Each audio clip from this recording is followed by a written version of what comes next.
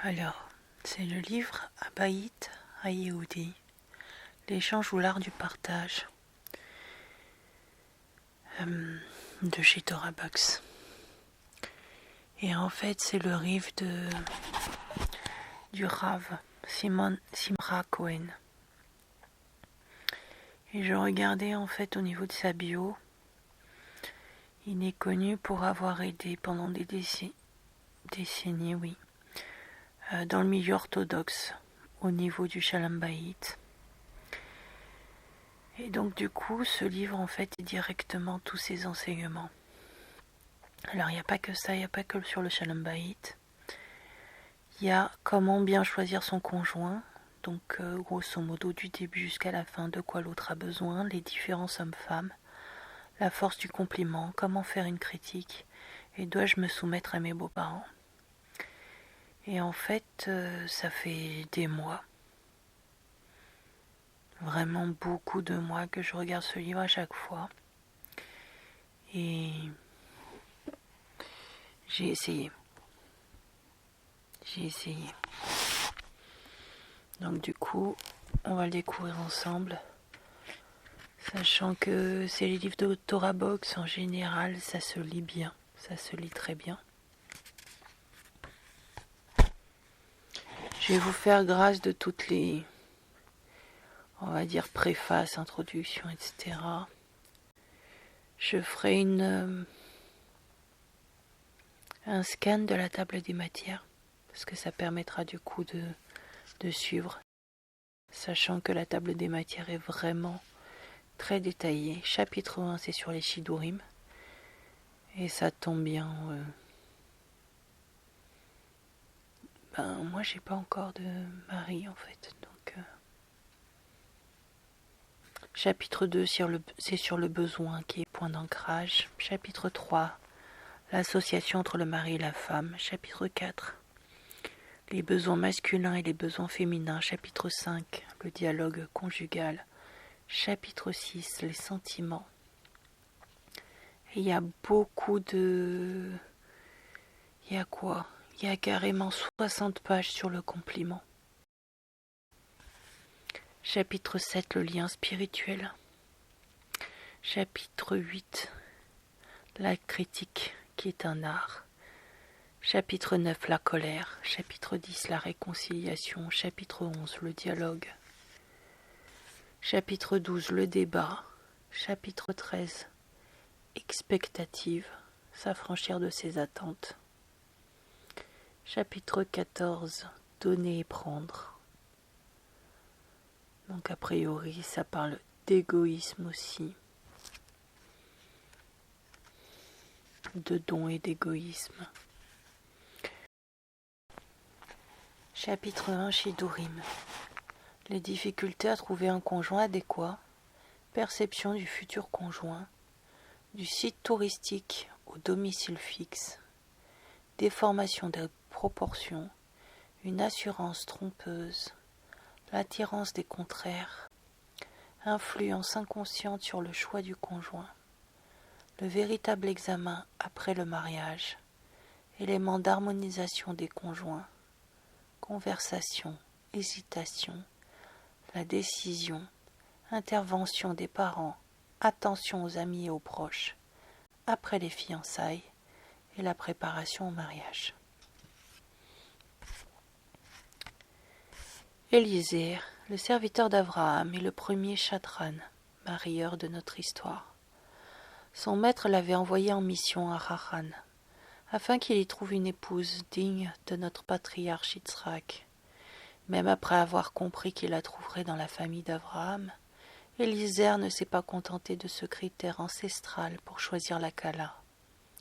Il a voulu s'assurer de la compatibilité de la future épouse avec le foyer de son maître, dont les aspirations étaient toutes générosité et bienfaisance. Cette première entremise matrimoniale n'a pas présenté les difficultés assimilables à la séparation de la mer Rouge, expression par laquelle notre tradition désigne les obstacles qui marquent généralement les Shidurim et la recherche de l'épouse adéquate. La prière d'Élisée fut rapidement exaucée. Le Saint béni soit-il lui présenta aussitôt la jeune fille idéale pour Yitzhak.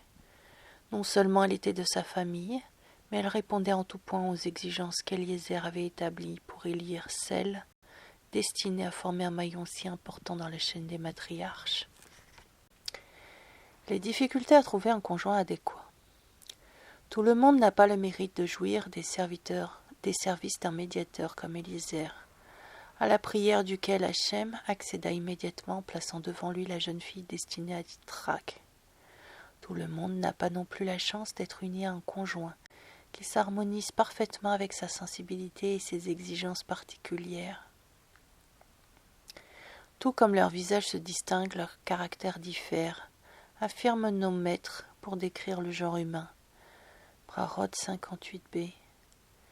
Personne n'est disposé à signer un contrat d'association qui l'astreindrait pendant 80 ans à des devoirs de l'ordre de ceux du mariage. Une collaboration l'engageant à rentrer chaque jour à la maison, lui imposant de convenir avec son partenaire de l'heure du retour au foyer, l'obligeant à partager tout ce qu'il possède et surtout tout ce qu'il ne possède pas. Et si nul n'est prêt à signer un tel engagement réciproque, c'est parce que le Créateur du monde a doté chaque être humain d'une spécificité, d'une unicité qui le rend forcément différent de l'autre. Mais comment peut-on alors espérer que les membres du couple parviennent à s'accorder ? On voit bien que même les enfants issus d'une même famille ne fraternisent pas nécessairement alors que nés des mêmes parents. N'ont-ils pas grandi au sein d'un même foyer? Ne sont-ils pas originaires d'une communauté identique? Ils ont été accoutumés à la même cuisine, aux mêmes habitudes domestiques et ont le plus souvent fréquenté les mêmes écoles. Or, rares sont ceux qui entretiennent sur une longue durée et dans des conditions astreignantes comparables à celles du mariage, des relations fraternelles harmonieuses. Si leurs antécédents communs ne garantissent pas l'entente entre deux frères, comment espérer que les conjoints réussissent à ériger leur foyer et à partager harmonieusement leur existence durant une si longue période? Chacun a évolué dans une famille différente, avec des idées et des critères de valeurs différents, des événements et des expériences spécifiques qui ont marqué sa personnalité. De surcroît, l'un des membres du couple est un homme et l'autre une femme.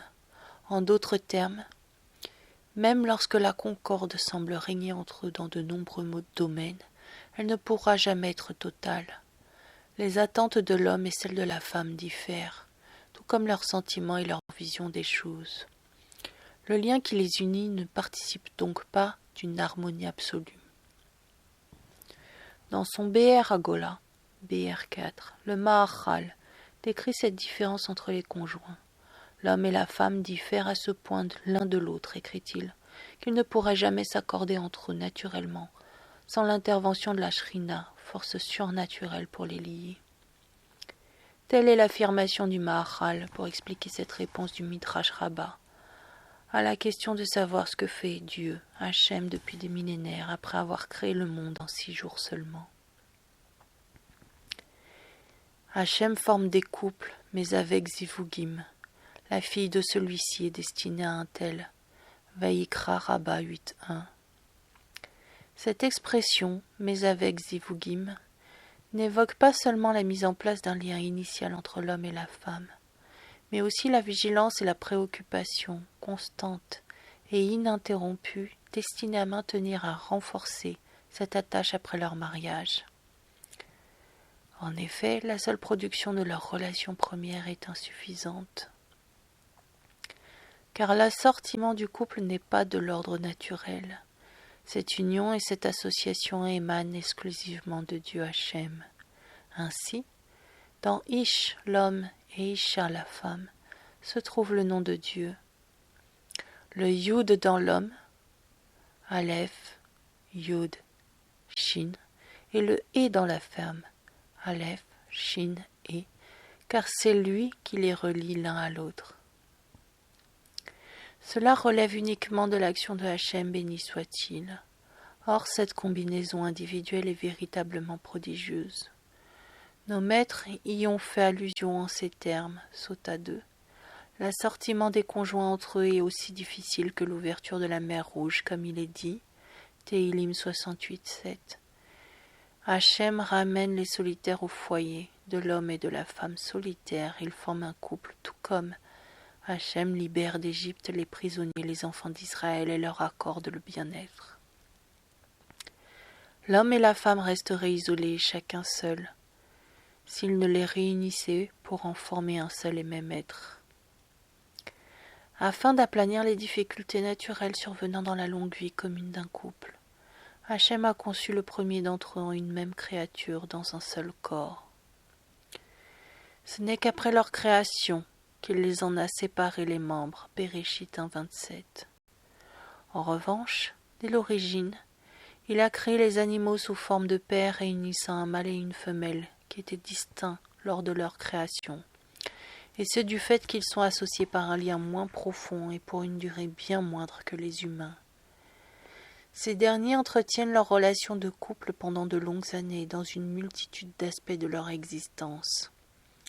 Cela dit, bien que Dieu les ait créés au départ en un seul corps, les conjoints n'en ont pas moins à fournir de nombreux efforts pour mériter qu'ils continuent d'intervenir dans leur vie commune et qu'ils les maintiennent unis malgré leurs différences.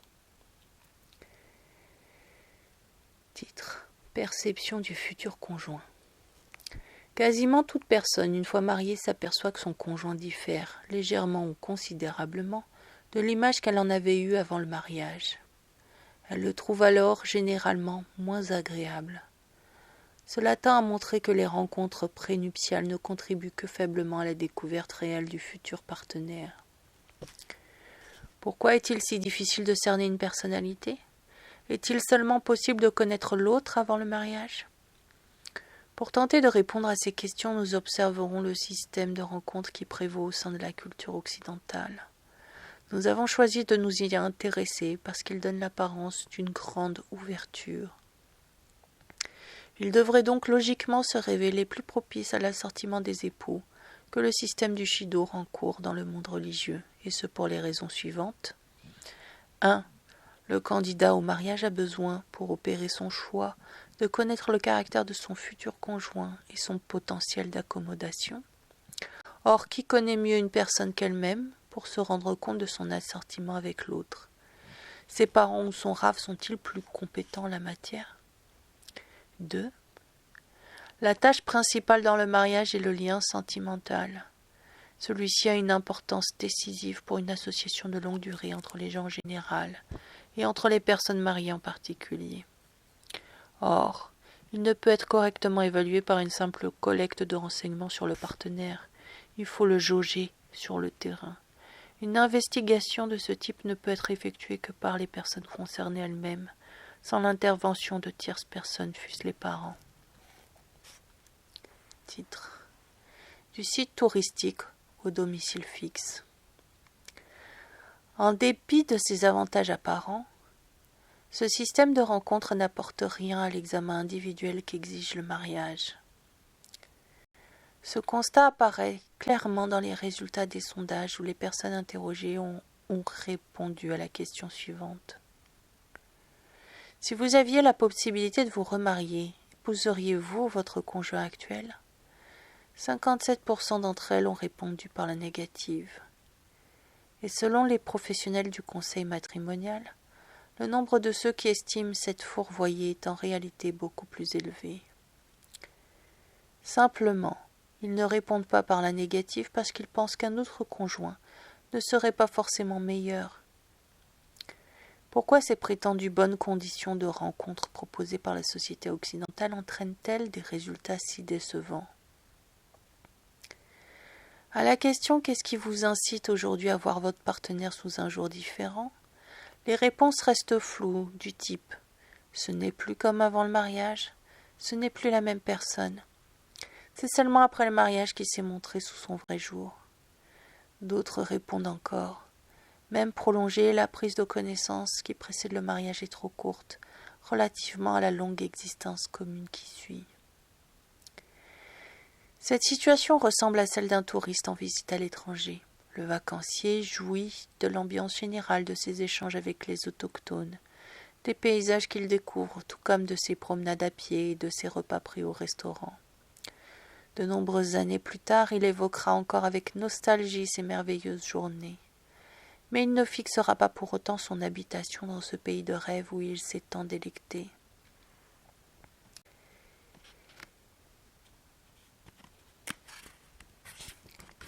Il préfère vivre dans sa patrie d'origine, bien qu'il y manque les attraits qui avaient suscité là-bas ses émotions touristiques.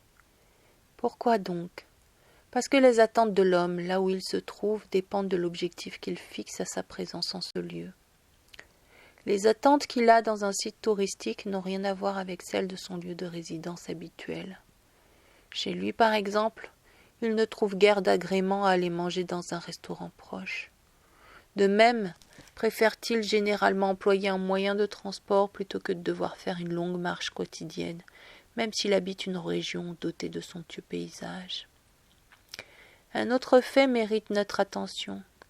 Nombre d'hommes et de femmes qui se sont connus durant une longue période dans une ambiance et des conditions qui leur ont procuré la conviction de pouvoir former un couple harmonieux, ont ressenti un changement dans leurs sentiments dès qu'ils se sont engagés à prendre la décision effective de se marier.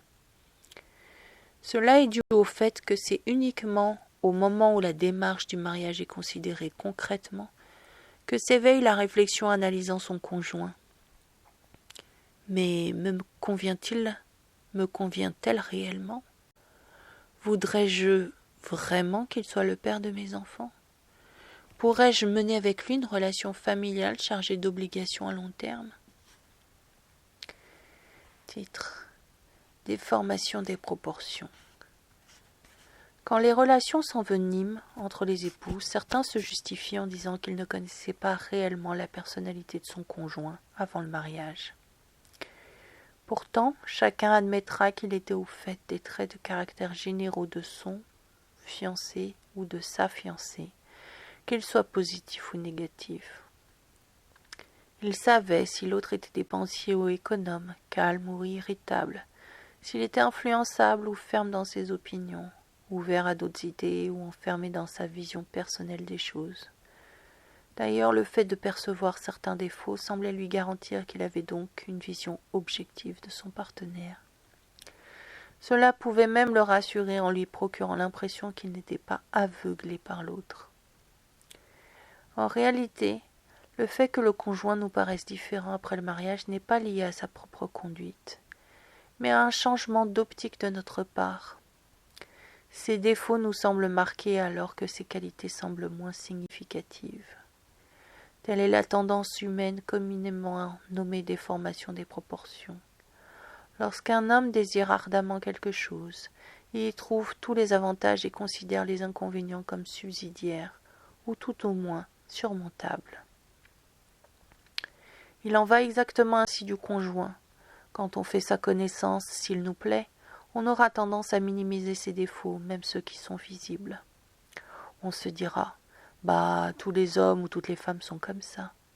Ou bien l'on pensera secrètement « J'arriverai à le faire changer après le mariage. D'ailleurs, ne m'a-t-il pas lui-même promis qu'il agirait autrement ?» S'il paraît ne pas avoir certaines qualités qui nous tiennent à cœur, on se dira que finalement on peut très bien vivre sans, ou bien l'on ne voudra voir que celles dont il est doté. Au lendemain du mariage, les conjoints demeurent tels qu'ils étaient auparavant. C'est seulement notre regard sur eux qui change. Ces qualités qui paraissaient très positives avant les noces semblent désormais insignifiantes, et à l'inverse, ces défauts apparaissent maintenant rédhibitoires. Les doutes commencent alors à faire surface. La décision d'épouser cet homme ou cette femme était-elle vraiment la bonne ?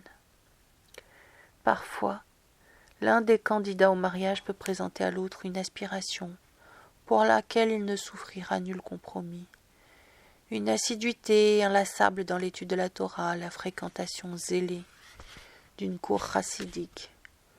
Si la personne en face est très tentée par ce chidour, elle risque d'abonder dans son sens et même se persuader qu'elle a elle-même l'intention d'assumer une pareille prétention. Or, au fil du mariage, elle peut se révéler incapable de satisfaire une telle attente ou de tenir les promesses qu'elle avait formulées en toute sincérité. Le sujet deviendra alors une source de tension dans le couple, malgré la bonne foi des deux parties. Cela ressemble à la situation d'un homme auquel on présente un paquet en lui demandant de l'amener à un tiers. Lorsqu'il le soupèse, bien que le colis lui paraisse lourd, il estime qu'il pourra le transporter. Au début, la charge lui paraît parfaitement supportable, mais à mesure que le chemin se prolonge, elle lui semble de plus en plus pesante.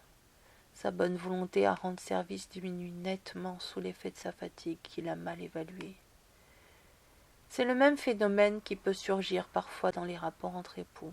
En certaines occasions, ils se formulent mutuellement et sincèrement des promesses, mais cela avant d'avoir pu se rendre compte des difficultés qu'elles impliquent. Ce même problème apparaît lors du choix du conjoint. Mus par notre désir de l'épouser, on promet, et l'on se promet de répondre à ses exigences et à ses besoins. Cependant, une fois que l'on commence à tenir son engagement, on se rend compte que notre bonne volonté ne suffit pas toujours devant les complications susceptibles de surgir. Cette déformation des proportions porte également à conséquence chez ceux qui se marient par Shidour. Le désir naturel de se marier entraîne que les traits de caractère de celui qui est proposé apparaissent plus positifs qu'elles ne le sont en réalité, et cette erreur est humaine. Les amis déjà mariés contribuent également à générer cette volonté de se marier. On ne peut pas ignorer l'influence, même faible et inconsciente, qu'exercent les mariages ou les fiançailles de ses amis sur un célibataire. Quand dansera-t-on autour de moi aussi ? Cette tendance n'est pas spécifique à notre époque, elle fait partie des tendances inhérentes à la nature humaine, comme en témoigne cette citation du Midrash. Sans la jalousie, le monde ne se maintiendrait pas, car personne ne planterait de verger, nul homme ne prendrait épouse, et aucun individu ne construirait de maison. Shorer Tov 37.1, Oror Tzadikim, Sharara Mincha. Contribue également à cette volonté de se marier au plus vite, des pulsions internes ancrées par le Créateur.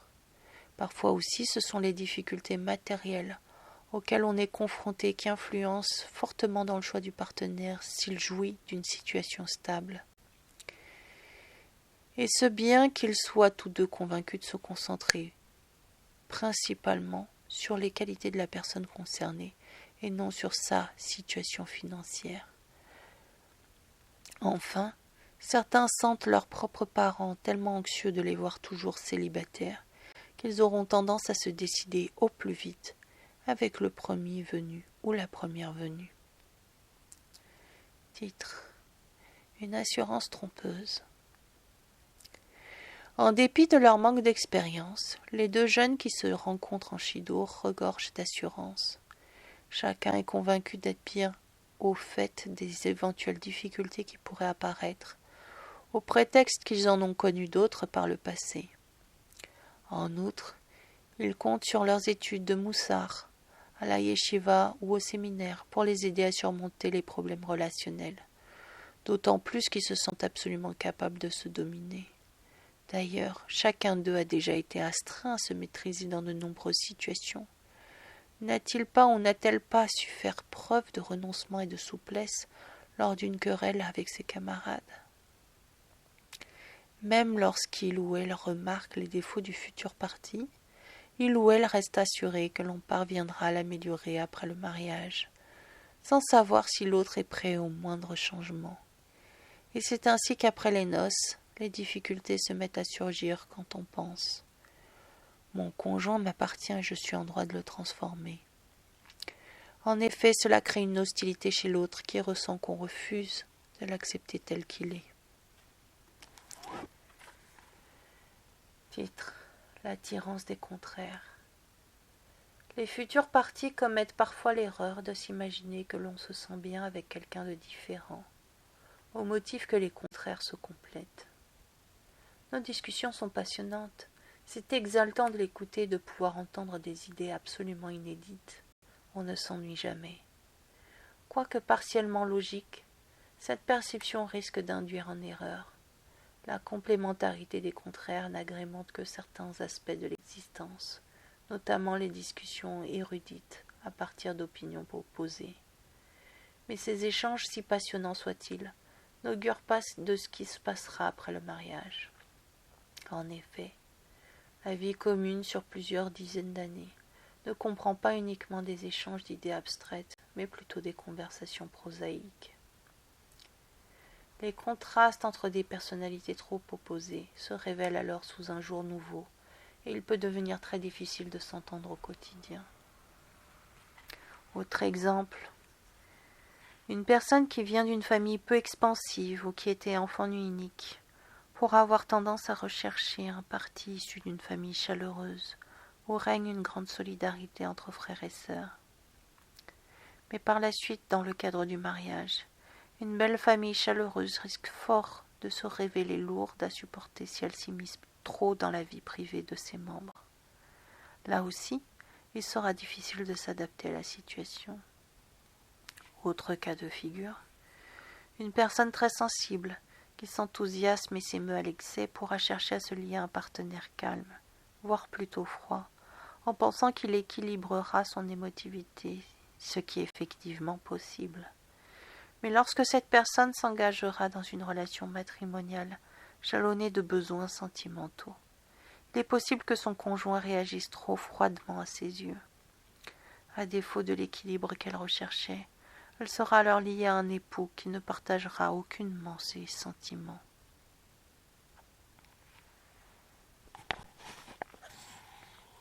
Titre : Influence inconsciente sur le choix du conjoint.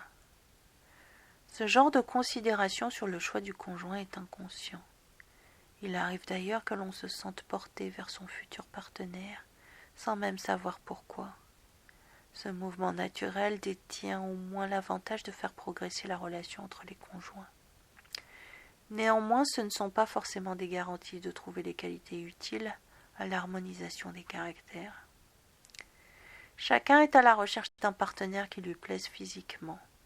Or, il est probable que cette attirance soit liée à des influences perçues dans l'enfance.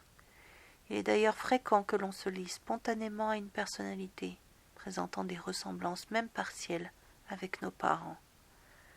Dans tous ces cas, on se sent en fait à l'aise et en sécurité en terrain connu. Notons qu'une personne provoque parfois d'elle-même, sans y prêter attention, l'impression qu'elle donnera à l'autre. Imaginons un homme participant à un cours de formation professionnelle. Dès qu'il entre dans la salle de cours, un participant lui paraît automatiquement sympathique alors qu'un autre lui fait mauvaise impression. Quelques jours plus tard, il lui apparaît que ses intuitions étaient justes. Il a plaisir à converser avec le premier, qui lui paraissait sympathique, alors que le second ne sourit jamais et parle peu. A priori, ces premières impressions semblent être justifiées. Mais en fait, notre homme, en préjugeant inconsciemment des qualités et des défauts d'autrui, peut l'inciter à se conduire envers lui conformément à son jugement.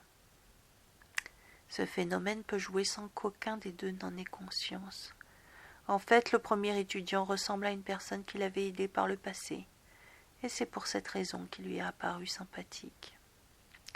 Suite à ce verdict inconscient sur sa nature positive, un autre processus s'amorce.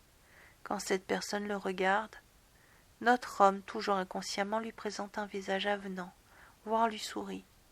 Et si l'autre lui parle, notre homme est attentif. Ce que son interlocuteur perçoit aussi enclenche chez lui aussi un sentiment positif sur le nouveau venu. C'est ainsi que se crée et se développe entre deux une relation positive. Quant à l'autre personne sur laquelle notre homme a porté d'emblée une appréciation négative, notre homme l'abordera très froidement, d'ailleurs sans même y prêter attention, et s'en détournera quand elle parle, pour mieux lui faire comprendre « Tu n'es pas passionnant, sois bref et passe à la conclusion ». En réaction, cet individu développera un rapport négatif avec notre étudiant, lequel, percevant cette hostilité, ne fera que renforcer ses premières impressions. Le même processus s'observe dans la rencontre entre un jeune homme et une jeune fille. De façon inconsciente, Une part de l'impression positive ou négative qu'ils auront l'un de l'autre sera liée à des personnes de leur passé et à des sentiments qu'ils auront pu conserver à leur égard. Si le visage de l'un apparaît positivement, celui de son interlocuteur émettra en retour des ondes positives. Cela ne fera que faciliter la conversation qui pourra ainsi se dérouler agréablement. Évidemment, ce sentiment premier n'a rien à voir avec ce qui apparaîtra réellement pendant le mariage, même si notre interlocuteur a paru sympathique. La valeur de cette grâce diminuera considérablement au moindre affrontement qui surviendra dans la vie matrimoniale. Titre: Le véritable examen après le mariage. Trouver un conjoint adéquat et harmonieusement adapté est une véritable gageure. En pratique, l'homme ne dispose pas d'instruments de mesure et d'observation fiables et précis qui lui permettent de connaître son futur partenaire. De surcroît, il est quasiment impossible d'instituer un cadre prénuptial qui ressemblerait à ce qui se produira ensuite avec tous les nombreux aspects astreignants du mariage, la vie commune, les enfants, etc. De ce point de vue, nulle préférence ne peut être accordée à quelque système de connaissance que ce soit. En général, ce qui détermine la réussite du mariage n'est pas tant l'homme ou la femme avec lequel on se marie, que notre faculté à mener dûment la relation matrimoniale. Nombre de directeurs spirituels de yeshivot peuvent en témoigner. Certains étudiants au comportement exemplaire pendant leurs études, qui étaient toujours les premiers à proposer leur aide à leurs camarades en difficulté, se sont finalement révélés quasiment dénués de toute sensibilité à l'égard de leur épouse. Dans les exposés qu'ils dispensaient aux futurs mariés avant qu'ils ne s'engagent dans leur vie de couple, le grand Mashgiach de la Yeshivat Hebron, le Rav Meir Hadash, expliquait ce phénomène en contant l'histoire de deux amis, étudiants en yeshiva, qui s'étaient fiancés à peu de temps d'intervalle. Le premier s'est fiancé avec une jeune fille réputée pour ses vertus exceptionnelles et ses innombrables actes de bonté et de bienfaisance. Lorsqu'il annonça la bonne nouvelle à la yeshiva, tous ses camarades se réjouirent pour ce camarade qui avait eu le mérite d'avoir un chidour de rêve. Son ami se fiança une semaine plus tard avec une jeune fille connue pour son mauvais caractère et sa méchanceté, ainsi que l'égocentrisme le plus total. Ses amis se réjouirent, certes, mais d'une joie forcée, car le cœur n'y était pas. Une fois ces deux jeunes gens mariés, les deux fiancées sont restées fidèles à ce qu'elles étaient. Ainsi la jeune fille soucieuse du bien-être de chacun continua-t-elle après son mariage à agir en bienfaitrice. Dans la mesure où elle considérait son mari elle-même comme une unique personne, elle ne s'en préoccupait pas particulièrement, tout comme elle ne se souciait aucunement d'elle-même. Sa bouche y mettait constamment cette devise « Nous deux ensemble, pour tout un chacun ». L'autre jeune fille était elle aussi parvenue à une entière fusion avec son époux. Comme elle se voyait former avec son mari une seule et même personnalité, elle ne se souciait de nul autre au monde que de lui, et lui témoignait une abnégation sans pareille. Elle exprimait cet état de fait de la manière suivante. Nous formons tous deux une même personnalité, et pour lui et pour moi, je suis prête à tout entreprendre avec enthousiasme. Nous avons donc bien vu à quel point il est impossible de découvrir la personnalité de l'autre partie. C'est donc la raison pour laquelle l'harmonisation entre les futurs partenaires ne fait guère de différence, quel que soit le nombre de rencontres prénuptiales. En effet, comme nous l'avons dit, c'est moins leur attirance initiale que la manière dont ils sauront vivre ensemble une fois mariés qui sera décisive dans la réussite de leur couple. Sauront-ils diriger correctement leur vie de famille ? Seront-ils aptes à s'encourager réciproquement quand ils devront affronter des difficultés financières ? Comment réagiront-ils à la croissance de leur famille ? Comment se comporteront-ils l'un envers l'autre dans les moments de grande tension ? Pourtant, ces points peuvent être évalués lors du shidour. Titre : Éléments d'harmonisation des conjoints. En vue de la fondation d'un nouveau foyer et en dépit des surprises qui se révèlent après le mariage, il faut déployer tous les efforts possibles pour s'assurer que les deux personnes présentées ont autant que possible des personnalités susceptibles de s'harmoniser. Une compatibilité minimale en termes d'expérience passée, d'origine et d'antécédents peut aider les conjoints à surmonter les véritables difficultés qui apparaîtront sur leur route commune. Ce principe est rapporté par le Sforno dans son commentaire sur la Torah, Bereshit 2.24. L'homme doit s'efforcer d'épouser une femme qui lui convienne, qui soit en mesure de s'attacher à lui, car il ne peut y avoir d'union authentique entre des êtres qui ne se ressemblent pas. Celle-ci ne peut s'opérer qu'entre des êtres doués de similitude. Cette obligation se trouve également énoncée dans le Talmud Kiddushin 41a. En tant que dérivé de l'injonction, tu aimeras ton prochain comme toi-même. Sur la base de cette mitzvah, la Guémara précise qu'avant le mariage, il y a lieu de soumettre le conjoint potentiel à un contrôle minutieux, afin que ne se révèlent pas ensuite des défauts susceptibles d'entraîner un rejet sentimental. Au-delà des problèmes de couple, cela empêchera aussi d'accomplir la mitzvah d'aimer son prochain comme soi-même. On s'efforcera donc de faire en sorte que les personnes présentées en vue du mariage appartiennent au même milieu, qu'elles aient étudié dans des institutions éducatives qui se rattachent aux mêmes opinions et aux mêmes idéaux, et que leur niveau culturel ne diffère pas trop. De même est-il bon que leurs parents respectifs puissent trouver un langage commun. Tout cela évidemment en plus d'un examen minutieux et détaillé de leur personnalité et d'une analyse de leur comportement envers leur prochain. Comment réagit-il dans des situations de tension? Est-il de nature calme ou tendue? Est-il sensible aux sentiments de son entourage? Se vexe-t-il facilement? A-t-il une vision optimiste ou pessimiste des choses? N'y a-t-il pas de différence marquante entre leur niveau intellectuel et entre leur niveau de minutie dans l'accomplissement des mitzvot? Ces questions doivent être soumises auprès d'un choix varié de personnes qui connaissent le jeune homme ou la jeune fille. Si les informations obtenues se rejoignent et que les renseignements fournis correspondent, on peut s'y fier. Et cela évidemment quand les réponses aux questions sont détaillées et non vagues comme « Ah mais c'est un garçon extraordinaire » ou « C'est une fille merveilleuse ». Une affirmation de ce genre est insuffisante, serait-elle émise avec tout l'enthousiasme du monde. Il vaut mieux mener cette investigation avant que les deux intéressés ne soient mis en présence. En effet, cela évite bien des tracas si d'aventure les informations recueillies sont telles que la rencontre n'aurait jamais eu lieu si les deux parties les avaient connues dès le départ. Dans ces cas-là, il est toujours désagréable d'arrêter le processus des rencontres.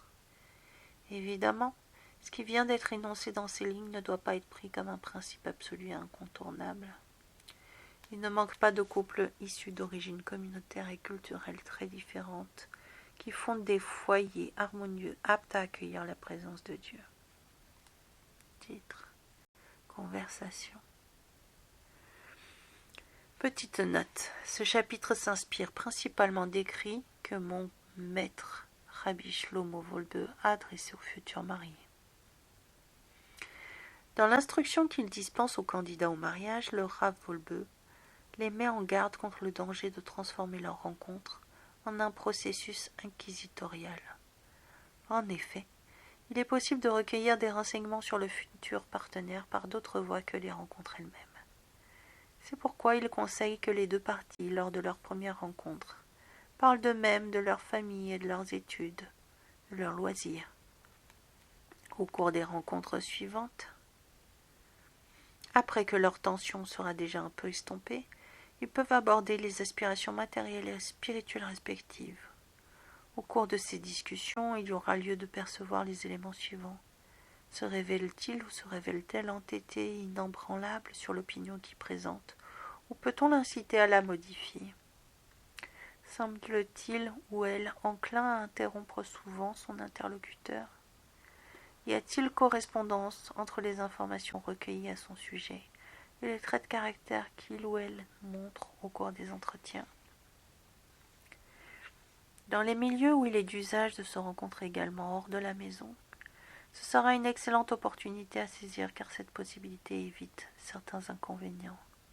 En effet, une certaine tension règne parfois dans les conversations d'intérieur. Les interlocuteurs s'efforcent de ne pas parler fort, afin que leurs propos ne soient pas entendus des personnes qui se trouvent dans les pièces voisines, et leur discours n'est donc pas naturel. Cet embarras vient gêner l'évaluation entre les deux parties, d'autant plus que le fait d'être assis l'un en face de l'autre accroît le caractère officiel et tendu de la rencontre. Titre: Hésitation. Entre les rencontres, l'heure est à l'hésitation. Les deux personnes présentées en Chidour peuvent traverser pendant ces périodes des états d'âme qui varient à l'extrême. Les doutes vont surgir. Est-il pour moi? Suis-je cohérent et intègre envers moi-même en me liant à la personne qui m'est proposée? Dois-je poursuivre cette relation? Toutes ces hésitations interviennent dans un intervalle de temps des plus limités et s'accompagnant d'une remise en question intérieure et d'une analyse minutieuse de ses propres sentiments à l'égard de la personne proposée en Chidour. Dans la plupart des cas, celui qui hésite ainsi a besoin de l'aide de ses parents ou d'une personne très proche en qui il a confiance. Une telle intervention présente une grande utilité, car ces hésitations et les effets secondaires qui les accompagnent viennent brouiller la réflexion. Le fait d'exposer les données à un tiers permet d'organiser les éléments de réflexion, et donc d'éclaircir aux yeux du perplexe lui-même ce qui le gêne précisément. La personne en question va l'aider à remettre de l'ordre dans ses pensées par un réexamen de la situation. Elle pourra aborder des sujets que la personne en Chidour aura peut-être scrupule à aborder elle-même, comme l'allure extérieure de la personne qui lui est présentée, ses traits de caractère peut-être anodins, mais qui peuvent précisément le déranger. Cherche-t-il un conjoint décidé ou plutôt passif? Cet aspect est-il en rapport avec ce qui se passe chez ses parents, qui est le conjoint déterminant au foyer de ses parents? La question, en fait, c'est quel est le conjoint déterminant au foyer de ses parents? Un tel questionnaire l'aidera à mieux faire la distinction entre ce qui est authentiquement primordial et ce qui n'est que secondaire. Il faut garder en tête qu'il est difficile de parvenir à une décision rationnelle et à une assurance intérieure absolue. Mon maître, le Rav Wolbe, rapporte au nom du Razonich que l'attirance réciproque n'est pas de l'ordre de la nécessité et que son absence ne suffit pas obligatoirement pour ne pas épouser la personne présentée. Il suffit qu'elle n'inspire pas de la répulsion. L'attirance et l'amour de l'ordre de la sainteté feront suite au mariage, comme la Torah le rapporte au sujet de notre patriarche Yitzhak lorsqu'il prit Rivka pour femme.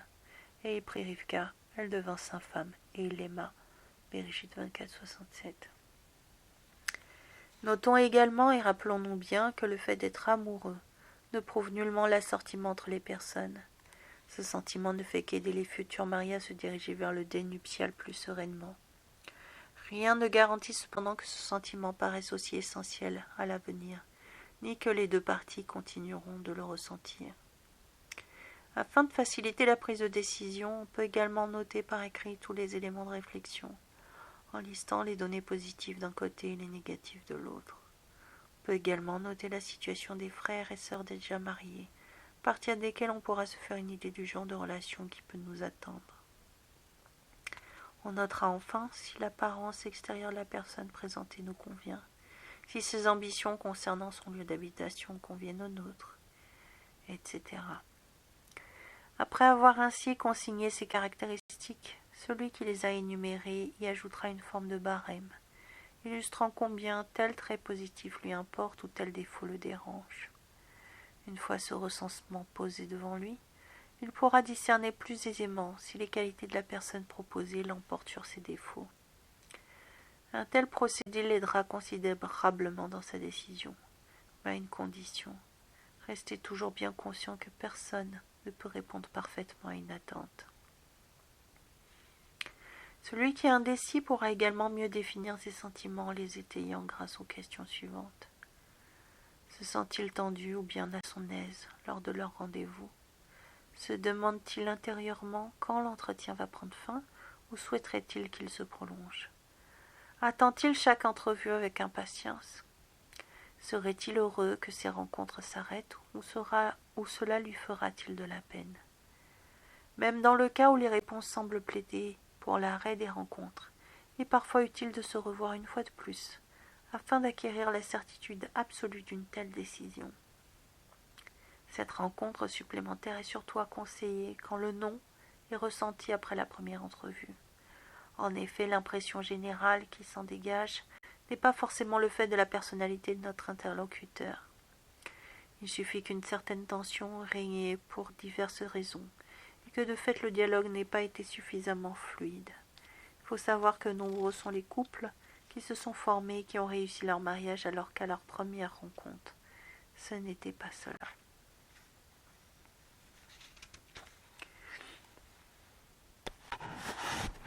Titre: la décision. L'étape de la décision se révèle souvent la plus difficile. Pour la plupart des gens, c'est la décision la plus lourde de conséquences qu'ils aient à prendre dans leur existence. C'est précisément la difficulté qui oppresse les jeunes en processus de shidduch. Ils savent que le résultat de ces rencontres déterminera leur sort pour le restant de leur vie et qu'il est quasiment irréversible. Les difficultés qu'éprouve celui qui a bien réfléchi sur son avenir et sur la signification du pas qu'il s'apprête à franchir sont généralement sérieuses. Elles peuvent également provenir d'un caractère indécis ou parce que le couple formé par les parents n'était pas harmonieux. Parfois, ces angoisses se sont développées après qu'une sœur ou un frère plus âgé a échoué dans son mariage et que les détails des affrontements avec son conjoint ont été évoqués en sa présence. Tout cela pourra faire que le candidat craigne de sauter le pas. Cette indécision peut induire en erreur quant au jugement porté sur la personne présentée.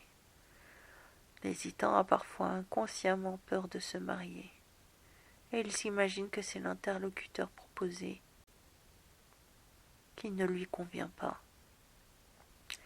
Il devient alors difficile de discerner si ses craintes et ses réserves sont dues à la personnalité de l'autre ou si la personne elle-même a une réticence générale à prendre une décision positive. Titre: intervention des parents. De nombreux parents se demandent s'il est bon d'encourager leur fils ou leur fille à conclure le shidduch positivement. Quand les hésitations de leur enfant portent sur la personnalité du candidat présenté, il leur faut absolument se garder d'émettre une opinion. Mais s'ils ont l'impression que les hésitations de leur enfant émanent d'une peur générale du mariage, il leur sera permis de l'encourager un peu, mais toujours en lui faisant comprendre, avec finesse mais très clairement, que sa décision dépend exclusivement de sa propre volonté. Les parents, être aimants et proches de leur enfant, peuvent seulement le rapprocher de la décision. Ils ne peuvent en aucun cas la prendre à sa place. Ne pas s'immiscer dans la décision elle-même pourra se révéler profitable plus tard. J'ai déjà signalé dans l'introduction de cet article les difficultés naturelles surgissant entre les conjoints après la roupa. Il arrive plus d'une fois que ces contrariétés viennent remettre en question le bien-fondé de la décision de mariage. Or, ce qui vient généralement à l'esprit de celui qui en arrive à douter ainsi est: c'est moi qui ai pris la décision de me marier, à moi donc de me débrouiller et d'en assumer les conséquences. En revanche, si cette décision est le produit de pression extérieure, de l'intervention des parents par exemple, le perplexe risque fort d'accuser ses conseilleurs d'être à l'origine de ses échecs. Il pourrait même en arriver à ne plus fournir l'effort intérieur suffisant pour s'adapter à ce qu'il a et améliorer sa conduite envers son conjoint. La famille est donc invitée à prendre conseil auprès d'un grand maître de la Torah pour recueillir son opinion, la Torah, ou pour recevoir sa bénédiction. Cette démarche est à même d'insuffler plus d'assurance aux jeunes gens et jeunes filles qui jusqu'à ce jour n'avaient jamais eu l'occasion de prendre une décision aussi importante. Titre: attention aux amis et aux proches. Le candidat au mariage doit absolument éviter d'associer à son choix des amis ou des proches dont les avis ne lui sont pas utiles pour prendre sa décision. Même si les choses lui semblent mûres pour une décision positive et que le shidour lui paraît sur le point d'être conclu, mieux vaut ne pas en faire part à un tiers avant que le sujet ait été également totalement agréé par les parents des deux intéressés. Cette précaution le préservera du désagrément qui pourrait survenir si les parents ne parvenaient pas à s'accorder sur les modalités de l'union. De même, faut-il se garder de faire part à ses amis, fût-ce par allusion, d'une proposition de shidour dont on a fait l'objet, et encore moins évidemment des rencontres organisées même si elles sont sur le point de se conclure positivement. Une telle publicité risque en effet de générer une pression extérieure, car tout le monde attend un dénouement heureux. Or, ce genre de pression peut faire que le candidat au mariage, même s'il n'est intéressé par le shidour, le conclut tout de même positivement sous l'influence de son entourage quêtant la bonne nouvelle. Titre après les fiançailles. Nombre de jeunes filles et de jeunes gens viennent à éprouver des regrets après leurs fiançailles et à penser qu'ils auraient besoin d'un conjoint différent de celui qu'ils ont choisi. Ils sont d'autant plus perturbés que leurs amis semblaient radieux pendant la période de leur propre fiançailles, alors qu'eux ne se sentent pas heureux. Ils peuvent même être en proie à une légère mélancolie. Or, dans la quasi-totalité des cas, ces sentiments ne sont pas liés à la personnalité du futur époux, mais à des mécanismes affectifs qu'éprouve la personne hésitante. On peut affirmer avec certitude que quasiment toute personne fiancée connaît de très fréquents changements d'état d'âme. Au-delà du beau et large sourire, elle est assaillie de doutes. Elle affiche une mine heureuse conforme aux attentes de son entourage et dissimule ses incertitudes, lesquelles sont parfaitement compréhensibles. Les fiançailles inaugurent une situation inédite et un processus de changement d'habitude. Or, tout individu qui fait face à l'inconnu développe des craintes et des doutes. Que dire alors lorsqu'il s'agit d'une situation censée se perpétuer tout au long de sa vie, où l'on sera un conjoint détaché de ses parents et de ses amis, assumant la co-responsabilité d'une maison et de la subsistance familiale, tout en étant gendre ou bru, ainsi qu'un bon père ou une bonne mère pour ses enfants. Les fiançailles augurent une phase de dépendance et de contrainte qui deviendra rapidement normale et naturelle, mais qui exige une période d'adaptation. De plus, nos amis semblent nous considérer quelque peu différemment une fois que l'on est fiancé. Sans même s'en rendre compte, la personne fiancée exprime parfois à son futur conjoint son insatisfaction par le langage corporel et les expressions du visage. Du coup, son partenaire va également se renfermer sur lui-même. En conséquence, au lieu de s'affermir, leur lien affectif va s'affaiblir. Pour la première fois tout récemment fiancés, chacun se trouve confronté à la différence entre l'homme et la femme, mais ignore encore comment réagir dans cette situation. Il ou elle conçoit et développe des aspirations qui ne se réalisent pas forcément, après quoi la déception jaillit et grandit. La personne fiancée n'est pas au fait de ces phénomènes et de leur influence sur elle. Ne comprenant pas que ces sentiments forment le lot de tout individu en phase post-fiançailles, elle va retourner ses propres inquiétudes à l'encontre de son futur conjoint. Il n'existe qu'un remède à une telle situation, savoir que ces sentiments sont naturels et normaux. C'est là qu'il est important d'émettre chaleur et amitié à l'encontre de son futur conjoint et de lui montrer un visage avenant. Cela le rendra plus ouvert et plus digne d'attachement. De même, il faut chasser toute considération négative qui viendrait à l'esprit sur son fiancé ou sa fiancée. Il est fort conseillé de se focaliser sur les aspects positifs de l'autre, sur ses qualités et ses valeurs.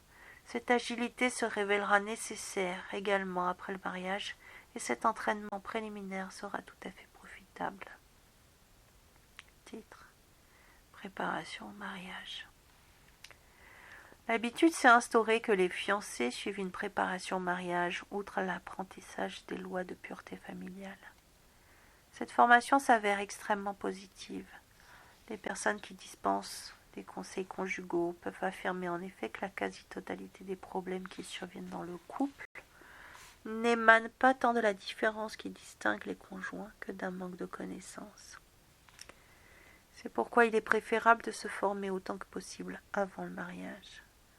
On trouve aujourd'hui une littérature abondante traitant de ce sujet dans l'esprit de la Torah, ainsi que des CD et DVD consacrés à la communication au sein du couple. Même si par ces lectures ou ces auditions, les candidats au mariage risquent d'acquérir le sentiment que le mariage est une chose effrayante, il demeure néanmoins préférable de s'instruire sur les problèmes des autres afin d'en faire l'économie dans la réalité. Cet apprentissage se révélera d'une grande aide quand les époux auront à affronter certaines difficultés qu'ils considéreront alors comme une situation normale à laquelle toute personne mariée se trouve confrontée. Aux conjoints, de leur côté, de fournir leurs efforts sur le plan technique et surtout de prier le Créateur afin qu'il fasse résider sa présence en leur foyer, car il nous est assuré qu'une prière adressée à Dieu pour un profit d'ordre spirituel ne reste pas vaine. Amen.